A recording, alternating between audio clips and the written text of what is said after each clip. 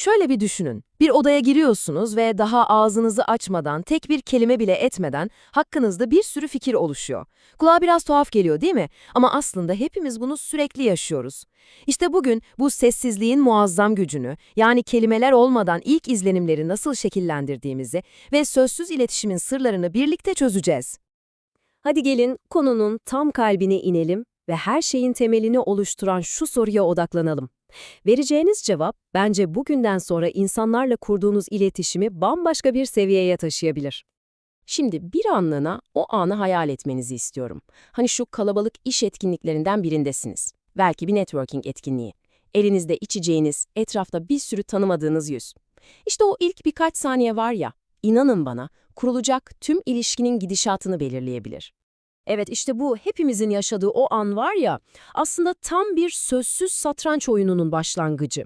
Birazdan sizinle paylaşacağımız ipuçları bu oyunda size birkaç hamle öne geçme avantajı sağlayacak. Çünkü o ilk anlar gerçekten de oyunun kurallarını yeniden yazma gücüne sahip. Peki, bu sözsüz iletişimi yönetmeye nereden başlıyoruz? Cevap, şaşıracaksınız ama gardırobumuzda gizli. Daha evden çıkmadan verdiğimiz bir kararda. Giydiğiniz renkler, siz konuşmaya başlamadan çok önce sizin adınıza konuşmaya başlar.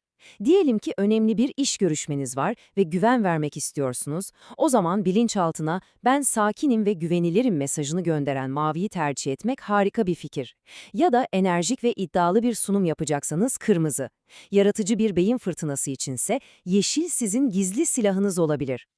İşin en ilginç yanı ne biliyor musunuz? Bu renklerin bilinçaltımızdaki o köklü bağlantıları. Mesela kırmızı hem gücü ve enerjiyi çağrıştırıyor hem de romantik bir tutkuyu. Yeşilse doğanın, yani nihai yaratıcılığın sembolü olduğu için zihnimizde doğrudan inovasyonla, yeni fikirlerle eşleşiyor. Yani aslında renk seçimleriniz karşınızdakine ne anlatmak istediğinizin sessiz bir ilanı gibi.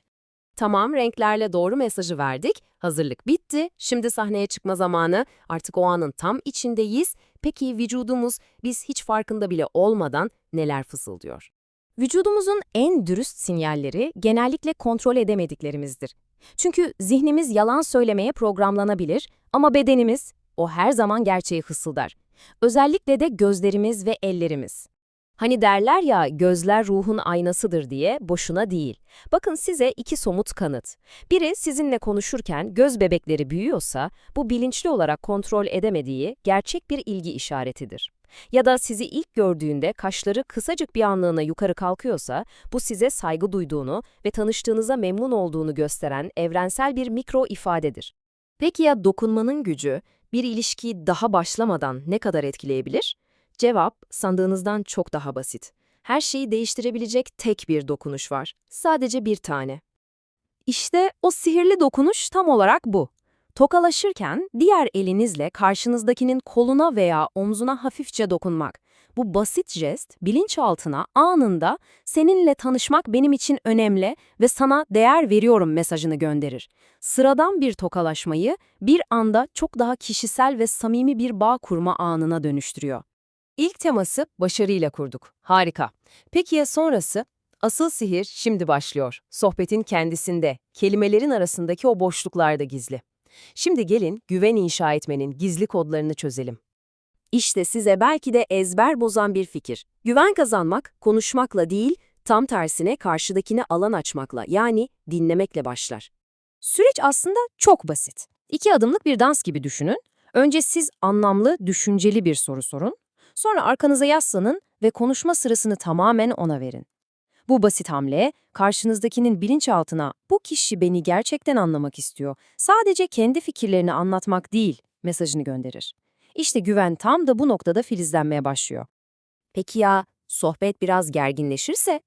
Ya da karşınızdaki kişi size bir sorununu, bir derdini açarsa?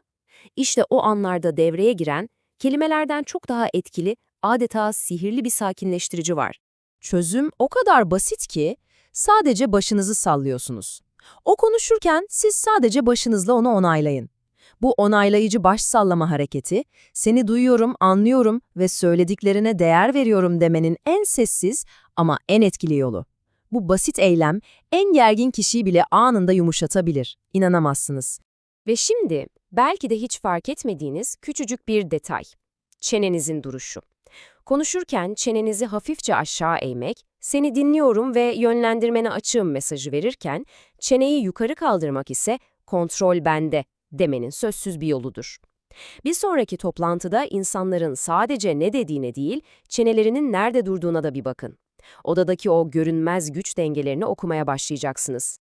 Gördüğünüz gibi anlattığımız bütün bu şeyler aslında birer manipülasyon hilesi değil. Tam tersine bunlar insanları daha derinden anlamak ve onlarla çok daha sahici bağlar kurmak için kullanabileceğiniz güçlü araçlar. Hadi hızlıca bir özet geçelim. Artık elinizde neler var? Kıyafetlerinizle doğru mesajı verdiniz. Gözlerdeki ve dokunuştaki o gizli sinyalleri okudunuz. Dinleyerek güveni inşa ettiniz. Başınızı sallayarak gerilimi azalttınız ve çene pozisyonunuzla güç mesajı verdiniz. Artık elinizde eksiksiz bir sözsüz iletişim araç seti var. Unutmayın, buradaki asıl amaç insanları kandırmak değil, onları gerçekten anlamak ve kazanmak. İletişimdeki bu görünmez katmanları anladığınızda daha empatik, daha anlayışlı ve sonuç olarak çok daha etkili bir insan olursunuz. Şimdi bu öğrendiklerinizi gerçek dünyaya taşıma zamanı. Bir sonraki tanışmanızda kelimelerin arkasında yatan o sessiz diyaloğu duymaya, o söylenmemiş şeyleri duymaya hazır mısınız? Bence hazırsınız.